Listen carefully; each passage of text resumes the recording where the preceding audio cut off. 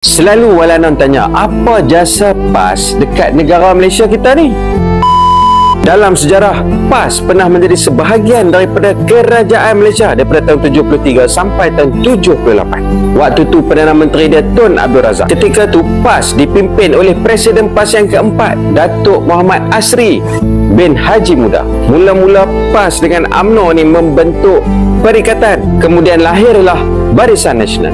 Penggabungan dua blok orang Melayu iaitu PAS dan UMNO ni penting ketika tu sebab berlakunya tragedi berdarah 13 Mei 1969. Hangpa tahu tak, bila gabungan orang Melayu ni berlaku, orang Cina dengan orang India melalui MCA dan MIC ketika tu nampak yang orang Melayu telah kuat, yakni bersatu.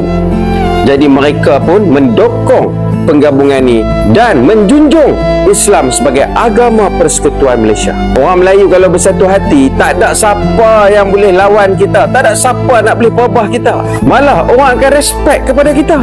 Hampa ingat tak lagi waktu UMNO dengan PAS bergabung dalam Muafakat Nasional? Kerun habis dah puak-puak DAP ni, puak-puak pemecah belah.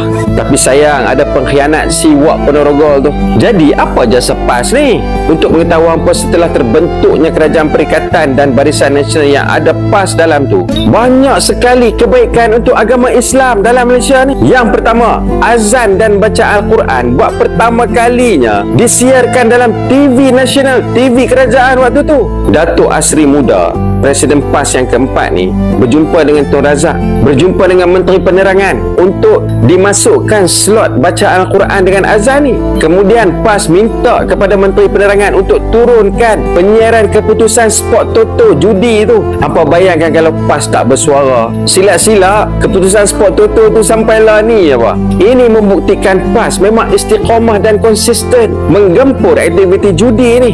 Untuk rakyat, tinggalkan amalan jahiliah ni. Yang ketiga, PAS berjumpa dengan Kementerian Kesihatan waktu tu. PAS minta supaya logo salib yang di ambulan-ambulan ni diturunkan dan diganti dengan lambang bulan. Jasa PAS tu dan jasa Menteri Kesihatan yang bersetuju untuk ubah pada ketika tu.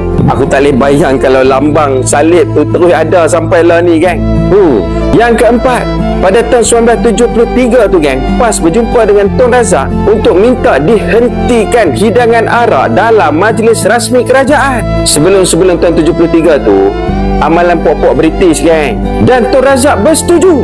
Tapi yang berlaku baru-baru ni, puak DAP, PKR, AMDAP, PANDAP ni semua diam bila puak-puak DAP ni mempertahankan untuk menghidangkan arak dalam program rasmi kerajaan. PAS yang dah hentikan amalan jahiliah ni